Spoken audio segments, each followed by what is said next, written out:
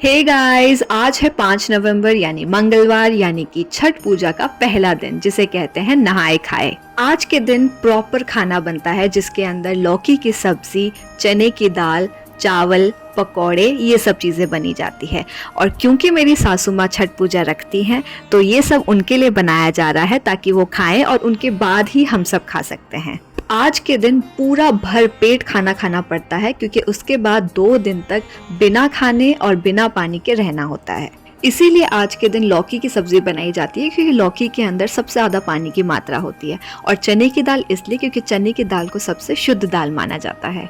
नहाए खाए वाले दिन से ही शुद्धता का पूरा ध्यान रखना होता है, इसीलिए व्रत वाले खाने में नमक की जगह सेंधा नमक का इस्तेमाल होता है और झूठे बर्तनों, झूठे खाने से दूर रहना होता है। छठ पूजा में बहुत सारे नियमों का पालन करना होता है, इसीलिए हर कोई ये पूजा नहीं कर सकता।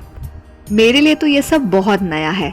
छठ पूजा के बारे में सुना जरूर था, लेकिन इसको देख और समझ अब रही हूँ। मैंने और भाभी ने मिलके पूरा खाना बनाया और ये है मेरी सासू माँ जो सुबह नहा धो के पूजा करके अब बैठी हैं खाना खाने के लिए।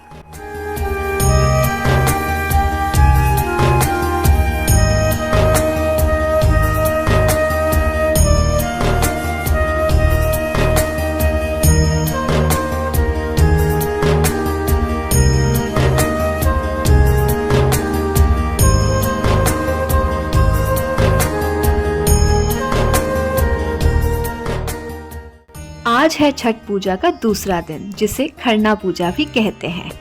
इस दिन संध्या में छठी मैया की पूजा की जाती है। मम्मी जी यहाँ पे प्रसाद बना रहे हैं जिसे बनाते समय स्वच्छता का विशेष ध्यान रखना पड़ता है। मम्मी जी ने प्रसाद में चावल की खीर और घी की रोटी बनाई, और ये प्रसाद जिसने व्रत रखा होता है सिर्फ वही बना सकता है। इसीलिए मैं और भाभी उनके पास तो बैठे थे, अब उनकी हेल्प तो नहीं कर सकते बट कंपनी तो दे ही सकते हैं। ये प्रसाद शाम की पूजा में चढ़ने के बाद सबसे पहले मम्मी जी खाएंगे और फिर हम सब खाएंगे। ये प्रसाद खाने के बाद मम्मी जी का 36 घंटों का निर्जल व्रत शुरू हो जाएगा। वैसे मम्मी जी ने ऑलरेडी सुबह 4 बजे नारियल का पानी पीने के अलावा सुबह से कुछ भी नहीं खाया है और ना ही पिया है, और अब आगे भी 36 घंटों तक नहीं खाना पीना है। इसीलिए तो इसे दुनिया का सबसे कठिन व्रत बोला जाता है। जय छठी मैया की। वेलकम टू छठ पूजा का तीसरा दिन। इस दिन को संध्या अर्घ कहा जाता है। इस दिन 3 तरह के ठेकुआ बनते हैं, एक गेहूं के आटे का चीनी के साथ, दूसरा गेहूं के आटे का गुड़ के साथ और तीसरा मैदे का चीनी के साथ।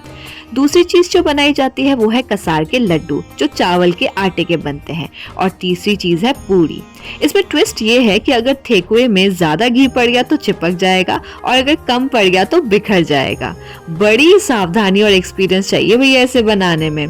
और ऐसा नहीं है कि मेरी मम्मी जी का व्रत है तो वो रेस्ट करेंगे, उन्होंने भी उतना ही काम किया जितना हमने किया, इनफैक्ट ज़्यादा ही किया होगा। आज का दिन तो बहुत ही हेक्टिक होने वाला है क्योंकि सुबह से दोपहर तक छठी मैया का प्रसाद बनाना है, फिर दोपहर का खाना, और फिर शाम होने से 2 घंटे पहले संगम में जाके संध्या अर्घ की तैयारी भी तो करनी है। फिलहाल यहाँ पे हम कोसी, सूप और डाला सजाने में लगे हुए हैं। इसे सजा के फिर घाट लेके जाएंगे।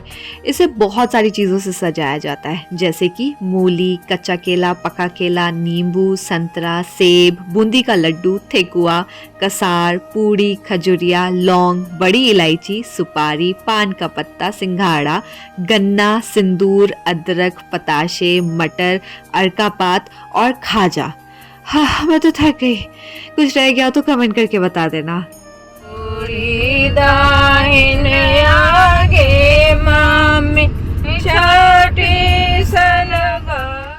ये हम आ गए संगम घाट पे जहाँ पे बाकी की पूजा संपन्न होगी। यहाँ पर एक दिन पहले आके अपनी जगह की बुकिंग करनी पड़ती है क्योंकि यहाँ इतनी भीड़ होती है।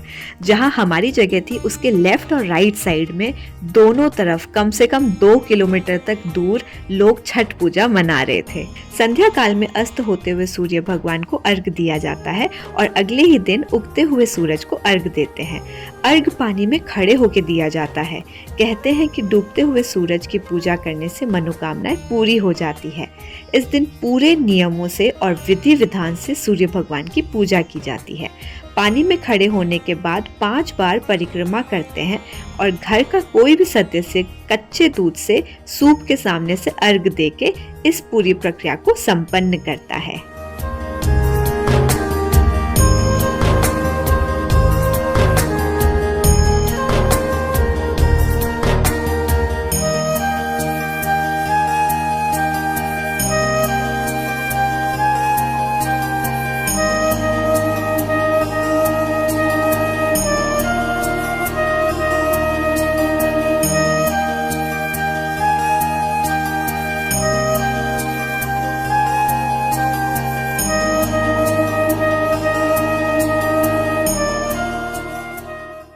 घर आके परिवार के सभी सदस्य मिलके गन्ने के घेरे से कोसी भरते हैं।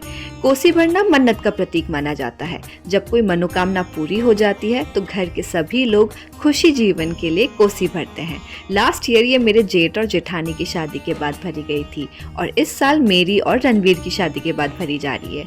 इसके बीच में मिट्टी का हाथी रखा जाता है और चारों तरफ दिए जलाए जाते हैं और लास्ट में औरतें पारंपरिक छठ के गीत गाती हैं।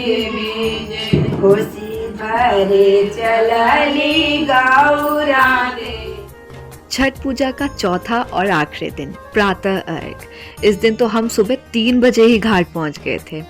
जो कोसी हमने एक दिन पहले घर पे सजाई थी वही सेम कोसी हम यहाँ पर फिर से सजाते हैं।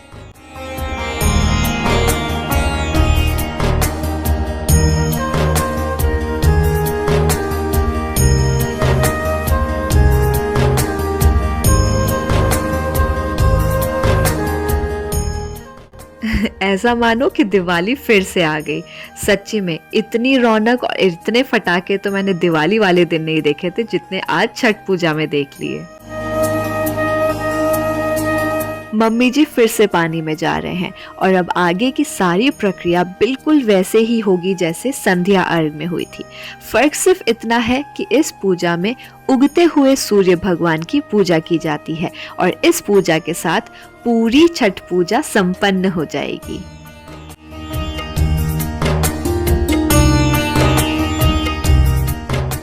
तो ये थी पूरी छठ पूजा। कैसी लगी आपको? See you in the next vlog. Bye bye.